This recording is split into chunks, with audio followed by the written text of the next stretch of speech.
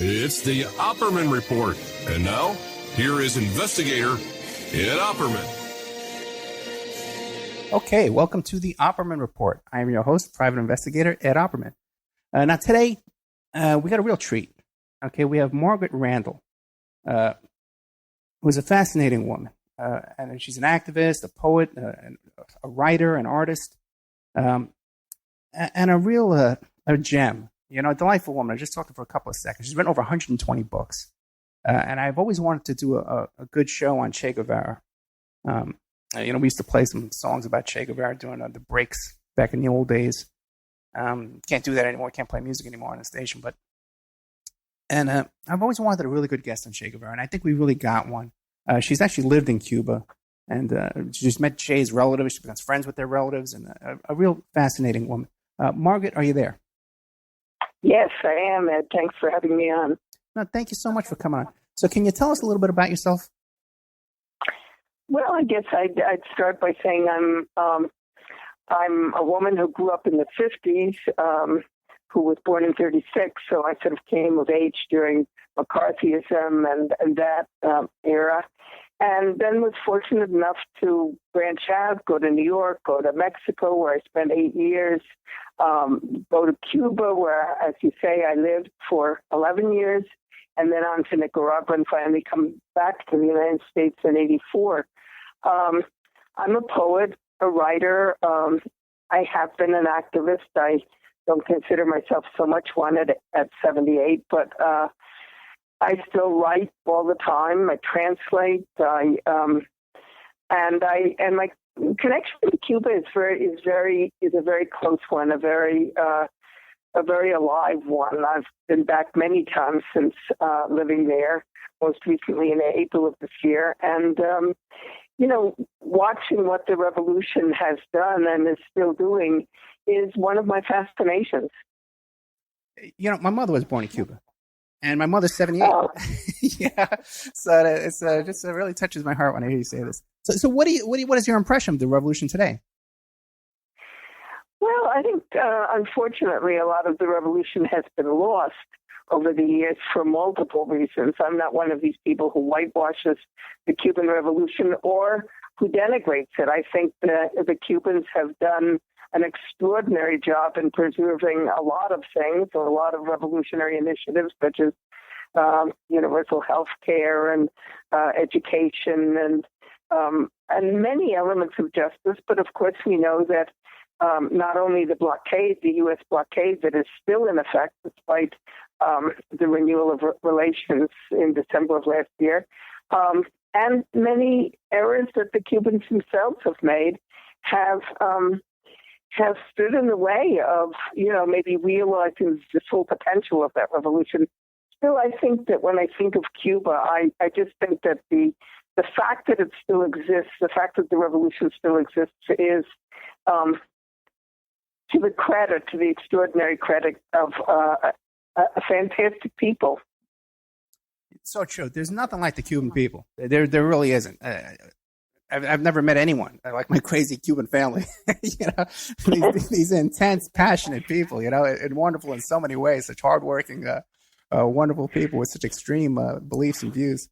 And creative and resilient and all sorts of things. I mean, you're right. The Cubans are extraordinary. It really is. It's an amazing culture. It's amazing people. So give us an idea, a little history, because we really brought you on to discuss your book, Che on My Mind, and you have an upcoming event, a symposium coming up here at UCLA on October 17th that I suppose anybody could attend if they wanted to come and see you there, right? Oh, I think so, yes. I think it's open to the public. And it's not my symposium. I should clarify that I'm one of the invited guests, but there are many invited guests. David Kunsel, who's a great authority on Che, is sponsoring it and has organized it. So I think it's going to be an interesting event. If anyone's in that area and wants to drop by, I think it'll be worthwhile. You know what, man? I'd love to go there myself. We'll have to keep in touch on that. So what can you tell us about the Cuban Revolution and Che Guevara? Well, I mean, of course, as most people who know about Cuba know, Che, who was an Argentinian, a doctor, joined up with Fidel Castro in Mexico in the mid-50s and joined his group of revolutionaries, came to Cuba on the ill-fated Granma, the leaky yacht that 80 of them came across from Mexico, from Tuxpan to the Cuban coast on. And few survived the landing. There were various guesstimates, 21, 12, 7, etc. But Fidel and Che and a few others did survive, went into the mountains and began to wage this war, which eventually culminated in January of 1959 with the triumph of the Cuban Revolution. So Che, during that war, became a comandante. He led one of the columns. He became one of the leaders of the revolution. Interesting because he wasn't a Cuban, and in some ways he was an outsider, but in other ways he really ingratiated himself and became Cuban in all the important ways.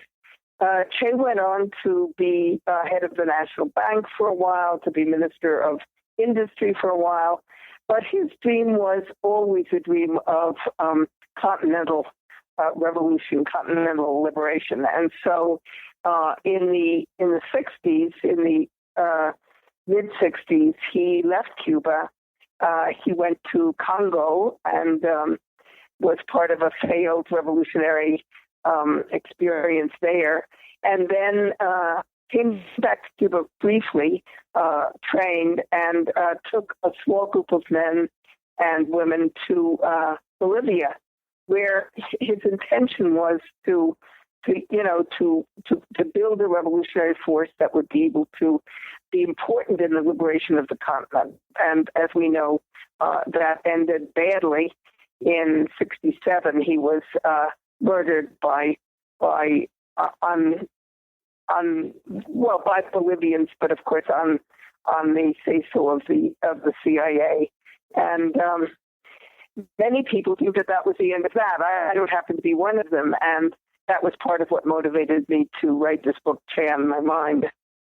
Oh, so then how wasn't that the end of that? Tell us the rest. Well, I think history is a little bit more complicated than these sort of rote interpretations. If we look at Latin America today, if we look at Bolivia, for example, which has a very progressive government, Evo Morales' government, many years have passed since Che's guerrilla, but I think that a line can be drawn, an important line from those years of Che's struggle, and even before that, of course, the Bolivarian actions, in the century before, and today. And I think that we can see how actually members of Che's guerrilla after his death continued. They also failed, but today one of the members of Evo Morales' government is the younger brother of a group of revolutionaries, the Pereiros, two of whom fought with Che. So there is a continuity there, and I think that history takes us through ups and downs, but there is a continuity, as I say, and I think that without Che's movement in Bolivia, we might not have Evo Morales. Very interesting. You never hear that. Now what about? Do you think that the Bolivian action was always described as an unpopular with the Bolivian people? But do you think maybe it was more that the CIA by that time was more organized and active and able and still on a tear over their defeat in Cuba? That's what was the cause of the fail of the uprising there. I think that basically the cause of the failure was bad logistics, bad materials. The CIA were very strong in those years. But also, I think it's important to distinguish between, I think it's too easy to say Bolivians weren't in favor of that. Some were, some weren't. I just read this morning a little bit of a very interesting book by Peter McLaren about Che and Paulo Freire, in which he mentions that in Valle Grande, the area where Che was murdered, peasants even today have a prayer to Che's soul, asking Che's soul, for example, to save a sick cow. So, I mean, I think there's a mystique, and I think there are people in Bolivia who very much appreciate Che, and others, of course, it's a class society, so others don't. But I think it's too simplistic to say that the people didn't. He didn't have support in the immediate area. That's absolutely true, and I think that was one of Che's failures, was that he went into an area where he didn't really know the culture. He didn't know the language. These were indigenous people who didn't even speak Spanish, who had their own languages. And so, I think that was an error. And I think when we look at Che, it's important to demystify him. There's this one level where, the T-shirts and the coffee mugs and so forth. And that it's commodity-oriented capitalism, but it also has a meaning for people, even people who don't understand who Che was. So that's one level. But if we want to go a little deeper, we have to look at the man. We have to look at him in all his humanity, with his brilliance, with his errors, with his, with all the aspects of his personality. Very interesting. So why don't you describe some of his brilliance? Well, he was an unusual human being. He was, first of all, and I put this out in my book because I think it's one of the most important things, he put his actions where his mouth was. He was a person who didn't just spew a line, he followed that line to death. So, I think that's quite unusual in today's world, that people be willing to stand up for what they believe in the way that he did. So that's one of his aspects that attracts me. He was also multifaceted in his reading and his study. He loved art. He loved languages. He loved math and science, astronomy, anthropology. I mean, he was widely read. He often carried books of poetry in his backpack in the guerrilla, occupying space that could have been used for weapons or for medicines. He was asthmatic. He was he needed his asthma medicine to survive. So those are aspects of him, of his life that interest me. He was a pure human being in the sense that he was, he believed in justice, he worked for justice, but he never asked of anyone anything that he wasn't willing to do himself. The problem for many people was that he was willing to do so much. There are infinite stories about his time in Cuba when he was at the head of the Ministry of Industry. And, he expected people to work an 18, 20-hour day, and not everyone is capable of that. So he had those sort of superhuman qualities of energy and commitment that we don't often see also. It's hard just in an hour radio show to enumerate all his qualities. I don't think I even do it in the book, although I try. But he was a very interesting, unusual man who set goals that are incomprehensible to most of us, and was successful at least some of them. It's so true what you said, how he set goals that are incomprehensible to most of us.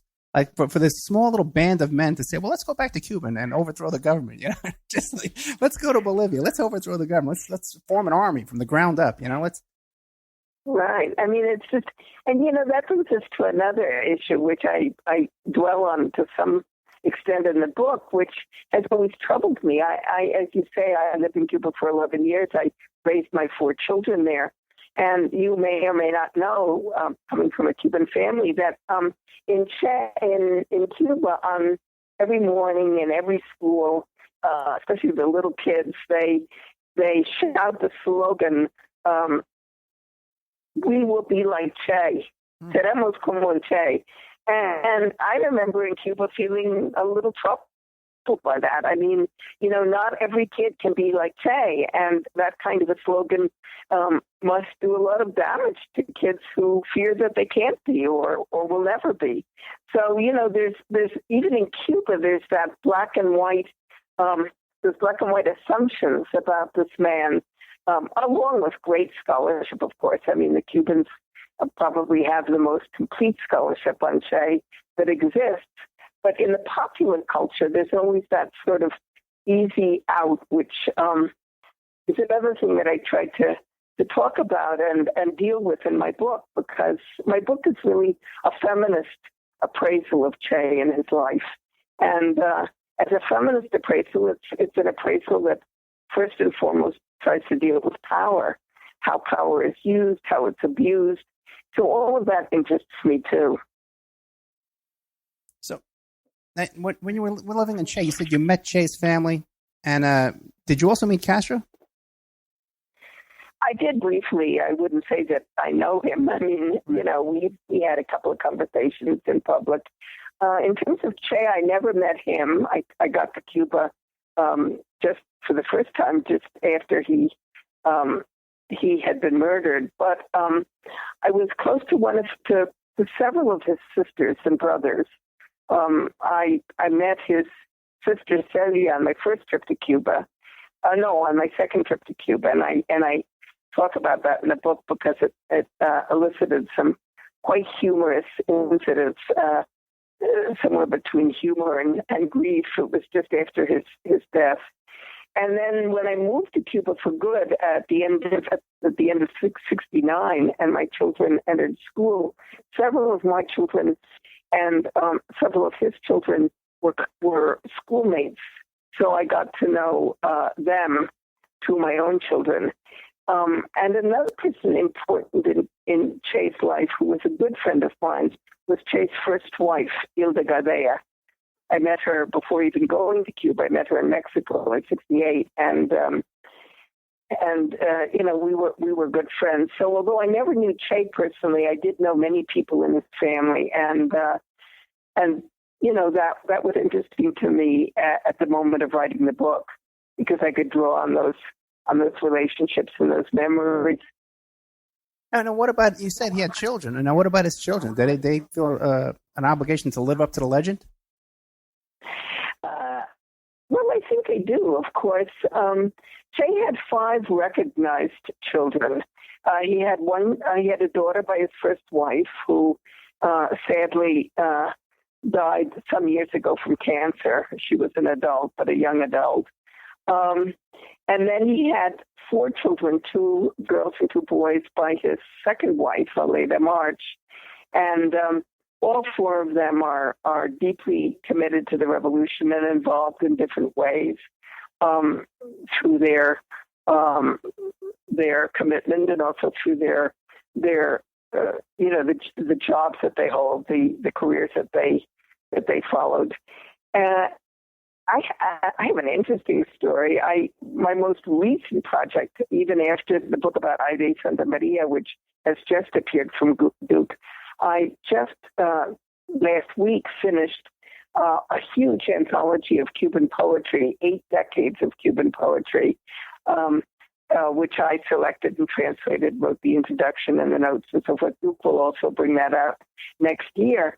And then researching the notes on the different poets, I discovered that one of the poets I included is also a son of Che's, unrecognized, although Che apparently provided his mother with money every month and so forth. And the poet himself doesn't ever try to draw on that relationship. I don't think that I know they never lived together and so forth. I don't think he even knew that he was Che's son until he was 15. But, so yes, Che, to try to shorten the answer, Che had a number of children, and as far as I know, they're all committed to the revolution. Now, what made you move to Cuba? That's a pretty bold move. It was actually a move out of necessity. I was involved in the Mexican student movement of 1968, right, like so many other people in Mexico at the time, and suffered a repression from the Mexican government as a result of that involvement, which was not a leadership involvement or anything, just as I say, like tens of thousands of people.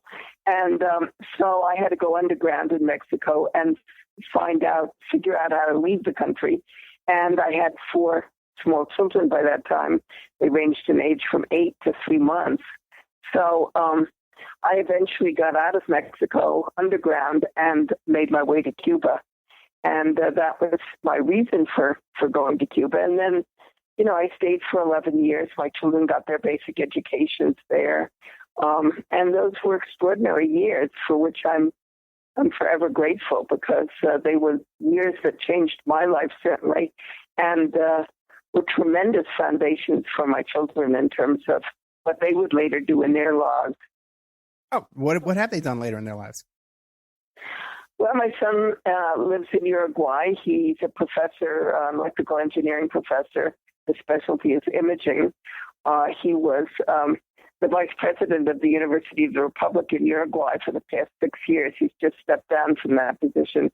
But during those years, he and a group of people working with him opened 7 universities in the interior of the country. So he has used his education in Cuba in many different ways, wherever he's been. He's also written a terrific book published in Uruguay about his years in Cuba. My next child is my oldest daughter, Sara. She lives in Cholula, Mexico.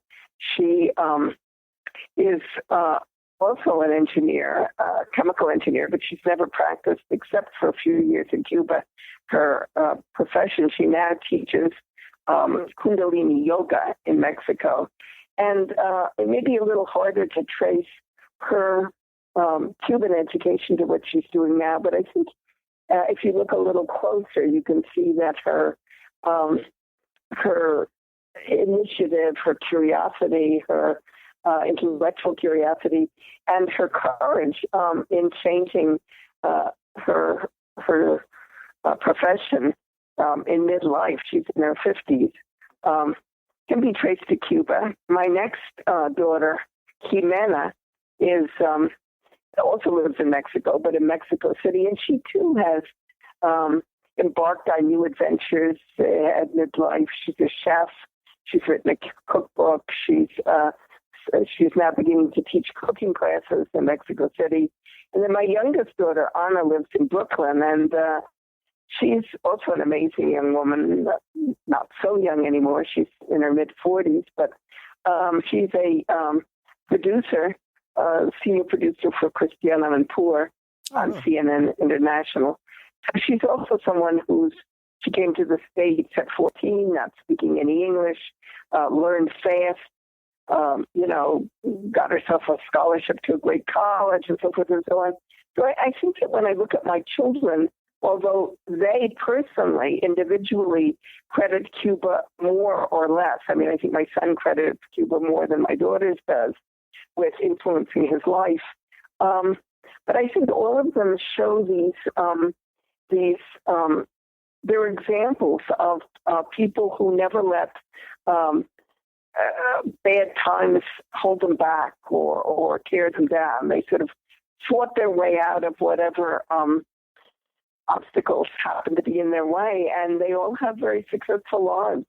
Oh my God, I'm getting chills. When you started saying that, because I've been having this theme. Almost every guest I have on here, the same kind of people, like-minded people, and I always say, well, you've been up against all these struggles, you've been fighting. What do you think? And they almost always say, keep pushing forward. We just got to keep resisting. We got to keep pushing forward.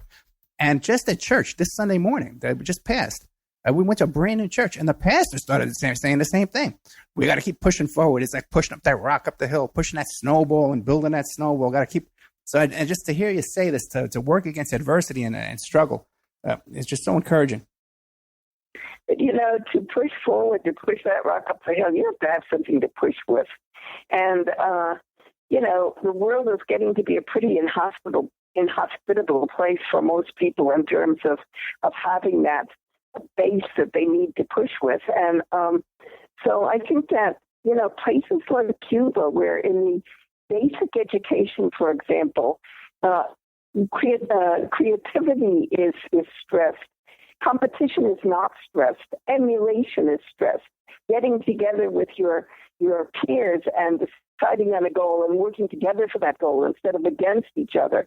Those are the kinds of values that I see in my children and also in my grandchildren that come, I think, very much from experiences like the Cuban Revolution. So then would you encourage people to go and move to Cuba or to live in Cuba? Well, I wouldn't necessarily encourage them to live in Cuba, to move to Cuba. I mean, I think people are needed everywhere, and I don't think the Cubans need a whole lot of North Americans moving down there at this point.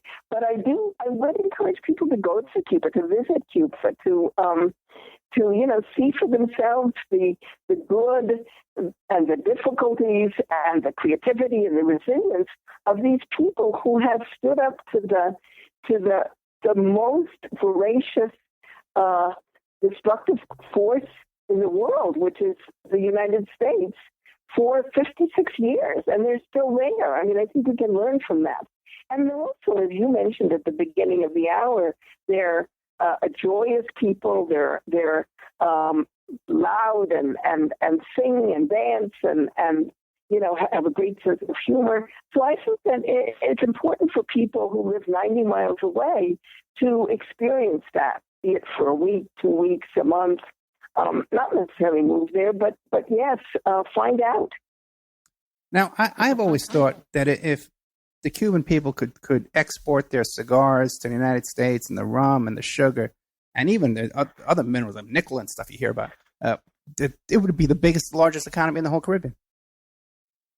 Well, they have some things now that are even more important, and they have been exporting into the United States without it being publicized that much on either side. For example, their biochemical, their new medications. They discovered a medication in Cuba that brings down cholesterol. They have a whole biochemical industry that's very successful, that's rarely talked about in this country. They also produce human beings. I mean, when you think about Cuba and you think about Cuban internationalism, Cuba has, I don't know how many hundreds of thousands of doctors and experts in different fields all over the world, working wherever there's a natural disaster, wherever they're invited. They have thousands of eye doctors, for example, doing free cataract removal in Latin America and in many other countries. So, those are things that I admire tremendously. The Cubans have so little, and they've had to contend with so many obstacles in terms of the trade embargo and so forth, and yet that kind of generosity is really spectacular. Amazing. We're here with Margaret Randall. She's the author of Che on My Mind. She's also written a book just recently, just came out, called Haide Santa Maria. I don't have the rest of that title. Yes, I do. It's up there. Cuban Revolutionary. She led by transgression. Almost sounds like a romance novel, but but it's not. It's not. It's not. But also, when you wanted to come back to the United States, you had a little trouble, didn't you?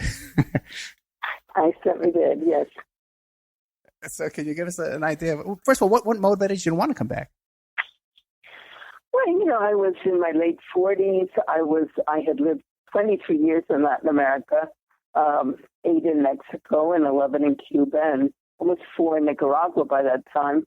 I was, in midlife, and my parents were getting quite elderly, and I just had a desire to come home.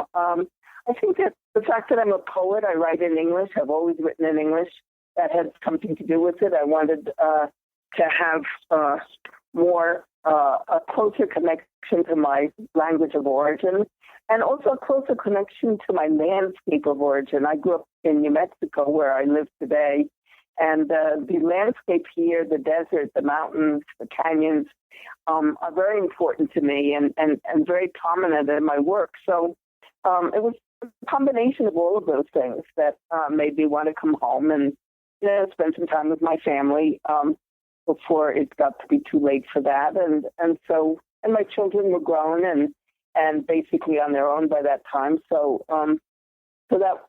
those were the things that motivated my desire to return. And it was the State Department that didn't want to let you back in? Well, in 1967, living in Mexico and married to a Mexican citizen, I had unfortunately given up my U.S. citizenship, not intentionally. My intention was to preserve it, but in those days you couldn't have dual citizenship. And so in the act of taking out Mexican citizenship, which was a purely economic move, I needed to work to help support my family and so forth. It's easier to get a job as a Mexican and very easy to become a Mexican as the wife of a Mexican. And in that process, I relinquished, or my U.S. citizenship was taken away. So that years later, when I had to return to the United States, when I did return, I was then a Mexican citizen, and the U.S. Was able then to point to opinions expressed in a number of my books and refuse me entrance under one of the clauses of McCarran-Walter. I don't know if your listeners are familiar with the McCarran-Walter law. It's the Immigration and Nationality Act that was passed in 1952, actually over President Truman's veto. And it has a number of clauses. At that point, it had 34 of them.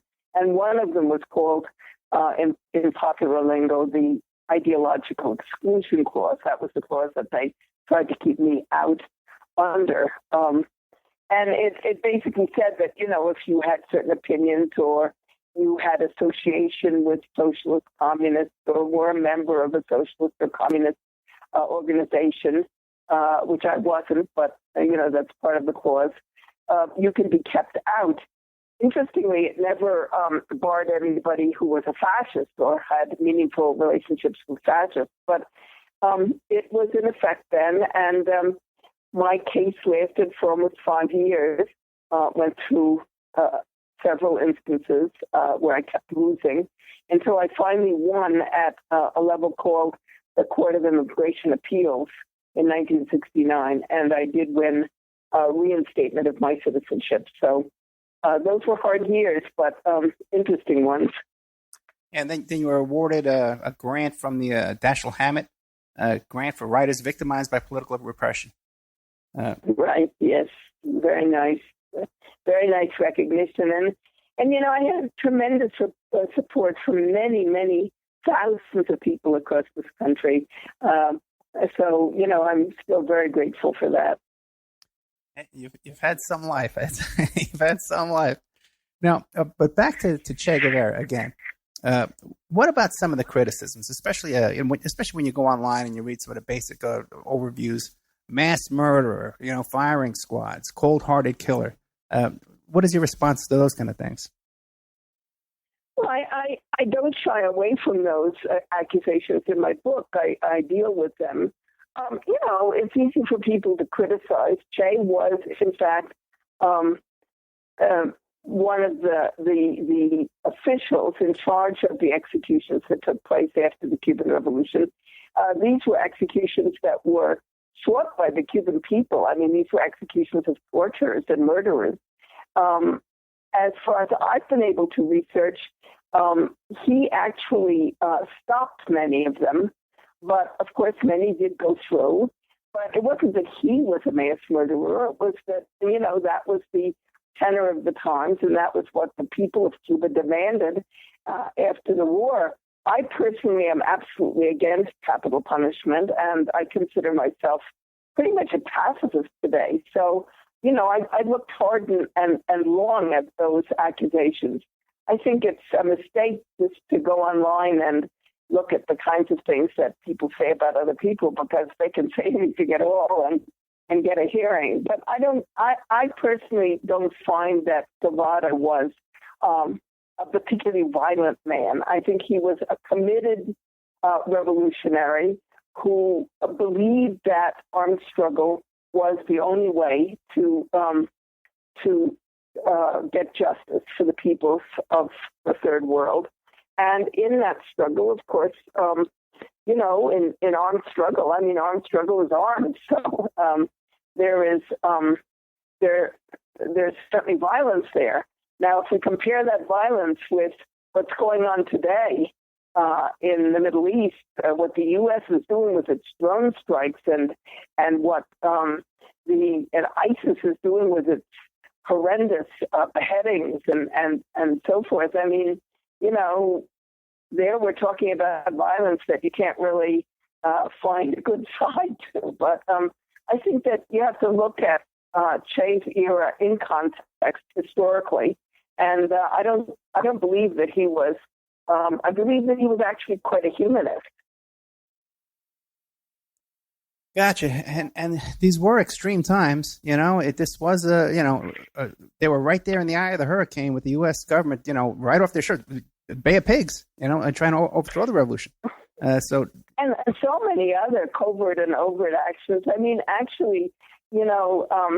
People who talk about Fidel Castro and Che Guevara and others as being violent revolutionaries forget or want to forget that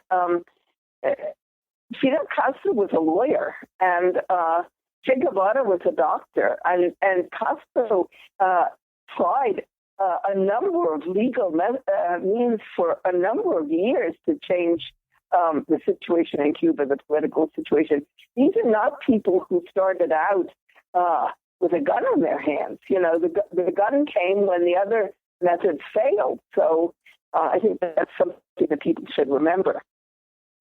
So what do you think of this, the opening up of the relations between Cuba and America right now? In general, I think it's a good thing. And I think it's a good thing because you can't isolate a people forever. I think that the Cubans need relations with the rest of the world. It's an island country, which makes it even more isolated. On the part of the United States, I think it was a brave move by Obama, although I do believe that it's more a change in methodology than in policy. I think the United States would still love to see regime change, as they term it, in Cuba, without really much respect or any respect for what the Cuban people want, or the fact that every country deserves to design the government that it thinks best for it. We can't go on imposing. The United States cannot go on imposing its form of capitalism forever all over the world.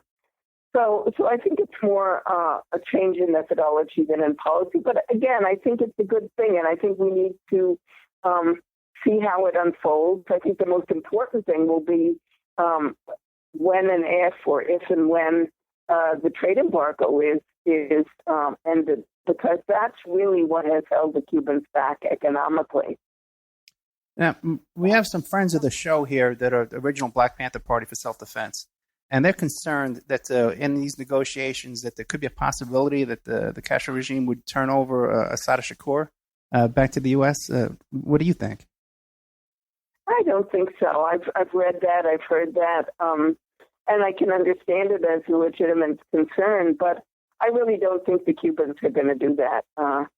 The Cubans, as far as I've known them, have never really gone back on their commitments. And I think they have a commitment to Assata, and which I think that they will honor. Okay, well, I would hope so. Oh, boy. Okay, we're here with Margaret Randall. We're down to like the last 10, 15 minutes. What else would you like to tell us? What do you think we should really know about Che Guevara and about Cuba? What should we be doing? No, what should we be aware of? Oh, yeah, what are we even doing? I think, Cuba is of great interest to people in this country. The United States is more and more every day a country of predominantly Hispanic origin. In not too many years, the majority of our population will be of Hispanic origin. So I think that, this little island that is 90 miles off the Florida coast that has made the successful revolution of the 20th century, a revolution that 56 years later continues to exist with problems, with failures, with all kinds of things, but there it is, it hasn't been erased. I think that that's an interesting place for people in this country to turn their eyes and their ears and their hearts. I mean, there's also a lot to be gleaned from Cuban culture, Cuban literature, Cuban art, Cuban theater and music. I mean, I think some people in this country are familiar with the vieja trova, the old troubadours in Cuba, or the nueva trova, the so-called new troubadours like Silvio Rodriguez and Sara Gonzalez and Noel Nicola and Pablo Milanés and so forth. So, I think that there's just so much rich culture in Cuba. And as we're interested in other parts of the world, people here in this country can be very insular. Most people in the United States don't learn a second language, don't believe they have to. Just talk a little louder, when you're traveling. But I think that, people of goodwill, people who are curious, who are interested in other cultures, we have one that's really exciting, 90 miles off our shores. And I think now that it's a little easier to get there and relations have been reestablished, there should be a lot of interest in what's going on there.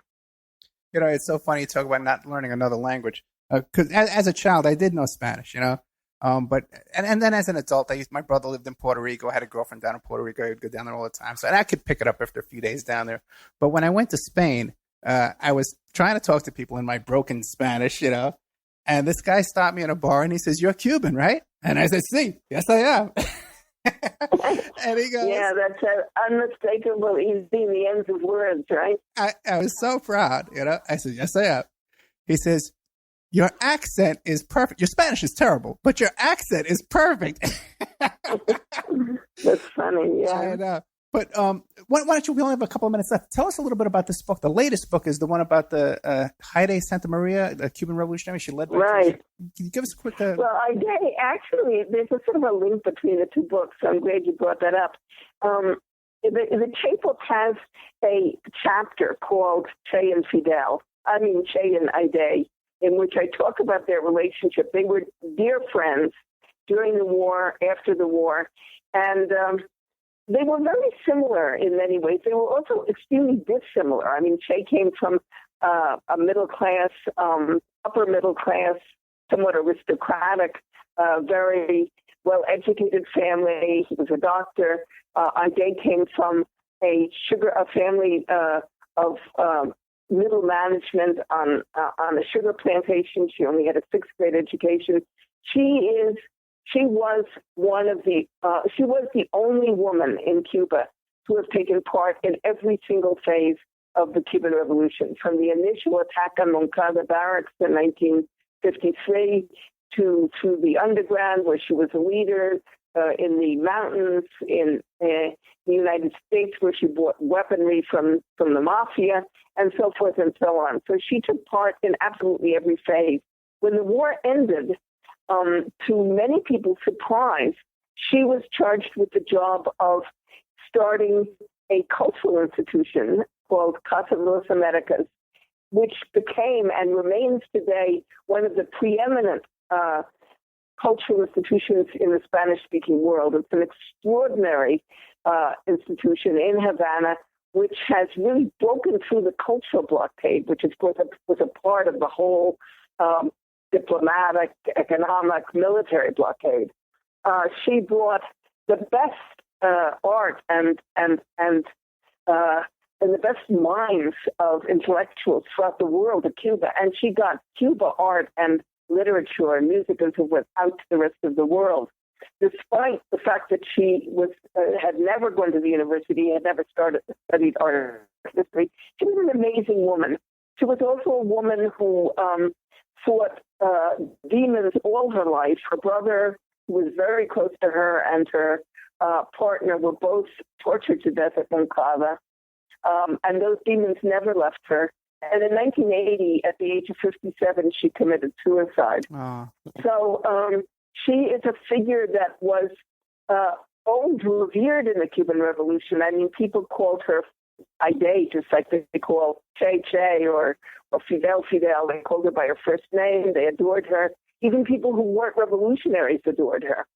But she has never really received the recognition that I believe she's due because of the fact that she committed suicide, which was a very unpopular and a misunderstood act, especially at that time in history.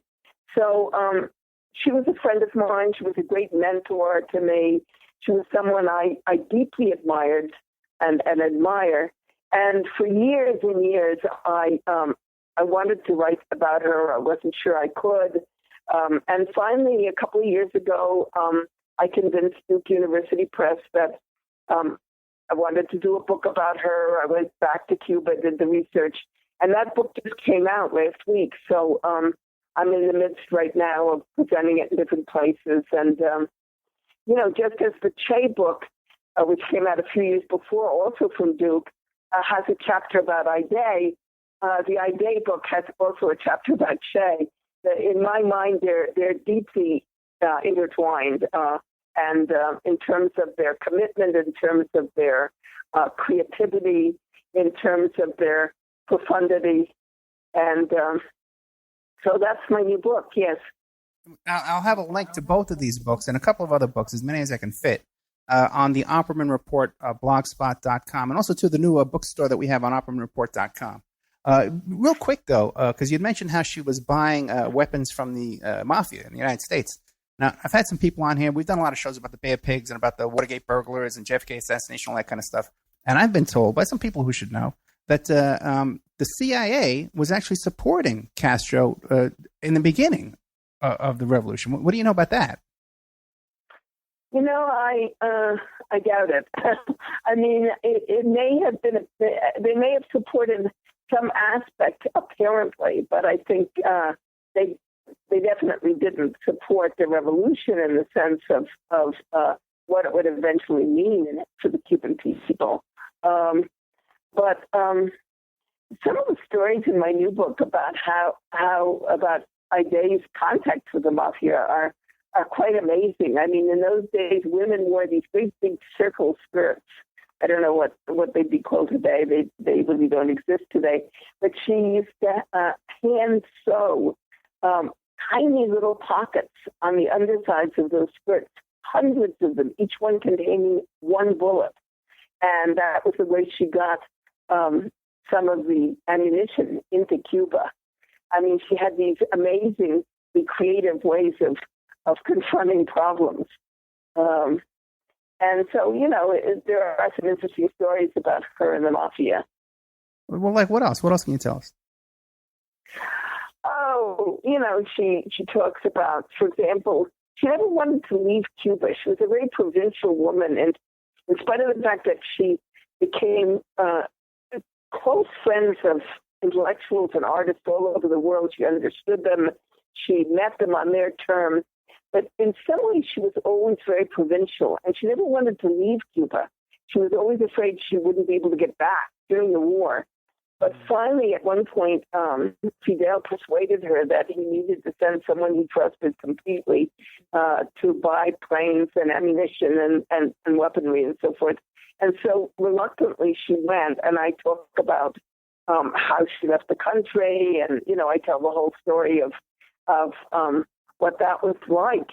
And she does say in the book that, in a quote that I have, that she was never afraid in Cuba. I mean, she had this amazing capacity to change how she looked, to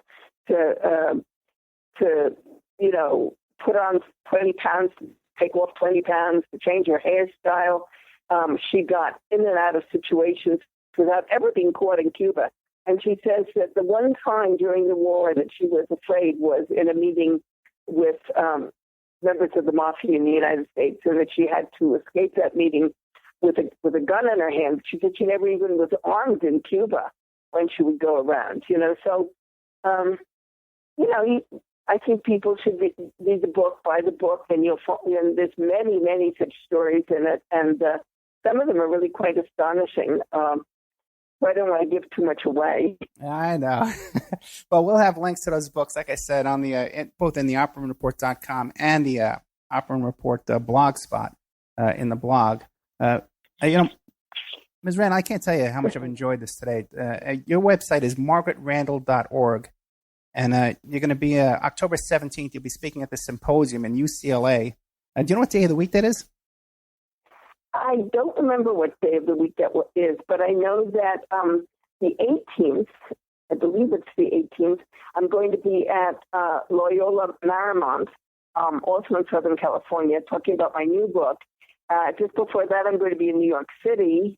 In November, I'm going to be in Washington, D.C. So people should go on my website, www.margaretrandall.org, and all of those events are listed with their details, times, and places, and so forth. And I would love to see people there. Okay, great. Yeah, we'll have a link to that too. margaretrandall.org on the OperaManReport.com website as well. Margaret Randall, thank you so much. Thank you, Ed. It's been a great pleasure. You've made my day today. I'm going to leave this conversation with a much better mood than I went into it. Trust me on that. Thank you so much for all your service to this country and to the struggle. And thank you so much for being an inspiration to all of us, okay? Well, thank you as well. And I'll be talking to you soon because I want to get you back. Good. Thank you, man. Good. Bye. Bye. Okay, so there we had it. Margaret Randall, fascinating woman. I loved it. Her book is Che on My Mind, story of Che Guevara from someone who actually met Che Guevara's family, lived in Cuba, lived in Nicaragua, Mexico, part of the Mexican social activism down there in the 60s. Fascinating woman. I love her. You know what? You guys know me. I'm a sucker for this kind of stuff.